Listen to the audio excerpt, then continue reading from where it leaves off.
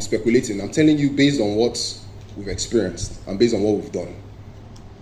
So the question is, why is every business not doing the same thing? And there are two critical barriers for me. The first barrier is the perception, like I mentioned before. The second barrier is infrastructure. The reason Conga was able to do this is because we had to build our own internal infrastructure to manage that. Not every company is going to want to do that, right? Especially when it comes to finance and payments. So the question is, what is the next step, right? How do we get businesses to adopt this level of technology? What does that mean? You're abstracting the complexity of dealing with different crypto networks, Ethereum, Tron, Solana, and so on and so forth. You're abstracting the complexity of dealing with cryptocurrency as a whole.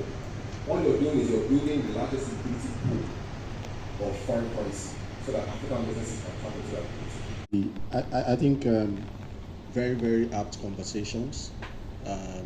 We are not alone in this space. We have a mix of multinationals, SMEs, and every other businesses here. But I'm looking at the RMA for big companies, risk management assessment for some of these big companies that would want to go into some of these settlements, especially big multinationals. What would be your advice in that aspect? That's number one.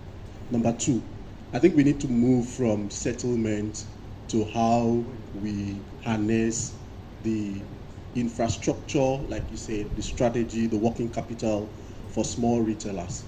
How would you think that in the African context, this can be done, considering adaptation and the risk involved in, all these transfers, like we have said, delay payment and all of that. If you look at East Africa, the M-Pesa... Let me not to put Conga on the spot anyway. Like, why can't we make use of our own NIPOs the way they have been using our own company? Is there a challenge? So I think the delivery service is something we need to capitalize on. That's one. You said a lot. Let me answer the first one before you go to the next one. Okay. First of all, I'm shocked that Table is delivering 24 hours from China. They did. I've experienced it before. Has anybody else experienced that? I have. 24 hours from China? Yes. I have experienced it. And it was a promo. It was actually a promo. Okay. Maybe they have it. Okay.